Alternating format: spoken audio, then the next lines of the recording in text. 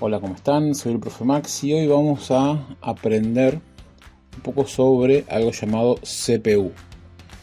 Se ven cada vez menos, pero en muchos lugares podemos ver una computadora que tiene una gran caja y después el monitor, teclado y mouse. Bueno, esa gran caja se llama CPU, que en inglés es Central Process Unit. En español, Unidad Central de Procesamiento. ¿Por qué? Porque dentro de esa caja tenemos todos los componentes de la computadora. Y fuera de ella tenemos los periféricos, los más comunes: monitor, teclado y mouse. Bueno, esta caja que vemos aquí es la CPU, seguramente todos la vieron en algún lado, y dentro de la CPU tenemos varios componentes.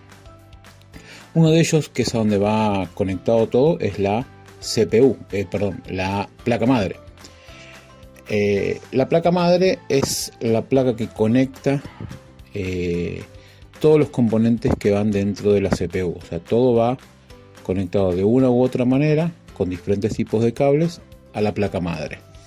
Tenemos, por ejemplo, el disco rígido. Hoy tenemos dos opciones. Puede ser un disco rígido IDE, SATA, que se llaman así por el tipo de conexión, o un disco SSD, que es el que vemos aquí, que es un disco, se llama disco en estado sólido, ¿sí?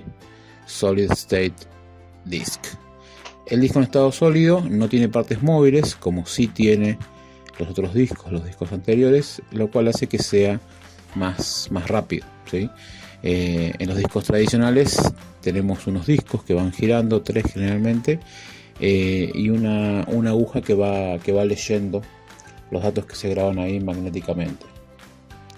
Entonces tiene una velocidad de giro. El disco en estado sólido no, es más parecido a un pendrive, ¿sí? Bueno, después también tenemos, aunque ya no se usan tanto, las unidades ópticas, ¿sí?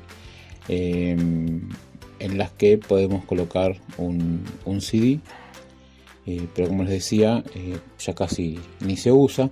Tenemos también un lector de tarjetas SD, micro SD, que se usan en las cámaras o en los teléfonos.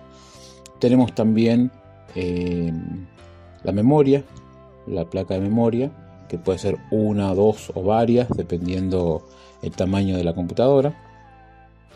También tenemos el microprocesador, ¿sí? Que es el que podríamos llamar el cerebro de la computadora, que es el que procesa justamente toda la información que entra y sale de la computadora.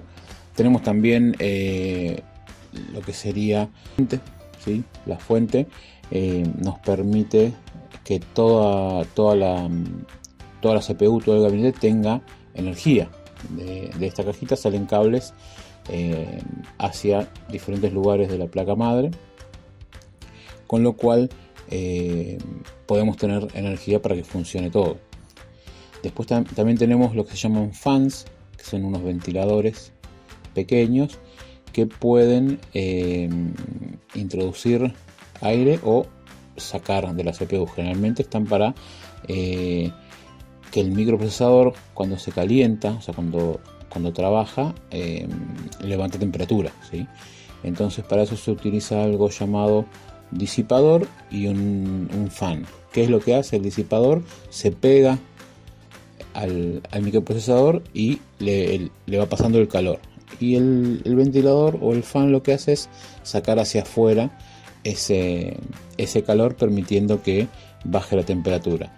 De la misma manera hay otros generalmente en los costados o en la parte de atrás de la CPU, para poder sacar ese aire caliente que salió del procesador, sacarlo fuera de la CPU. También podemos tener una placa de video. Hay placas de video que están integradas en el motherboard, y otras placas de video que ya tienen más potencia, que tienen su propio fan o ventilador para quitar el calor que generan los microcomponentes. Y después tenemos los cables de conexión. Este que vemos aquí es un cable de energía, ¿sí? Lo que es la electricidad en electrónica, que no es la misma que la que usamos para una lamparita, por ejemplo. Y después los cables de conexión de datos, que generalmente son chatos. Bueno, esto fue un vistazo de lo que es una CPU y lo que tiene dentro. Entonces lo que vamos a hacer es, si les parece, pueden agarrar una hoja o un archivo en un procesador de texto y escribir con sus palabras lo que recuerdan de cada una de estos componentes. Bueno, esto ha sido todo, que sigan bien.